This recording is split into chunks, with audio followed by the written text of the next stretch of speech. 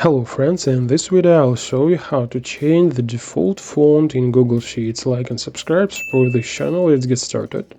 The default font in Google Sheets is Arial. If you haven't manually changed the font in the cells to some other font, then the default font will always be Arial. Let's change it. Go to the Format tab, then Theme, Customize, and select the font from the drop-down list.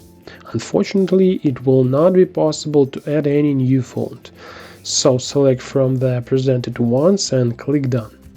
And as you can see, the default font has been changed only in the current workbook. If you open a new one, the default font will be Arial again. But if you need a workbook with a specific font, you can do the following. Namely, set up a workbook once, select all the cells in it, select the font, its size, and so on, and then if you need such a workbook with this font, open it and make a copy. In other words, you will have the original asset template and you will use copies of it in your work. That's all I wanted to say. Now you know a little more. Thanks for watching.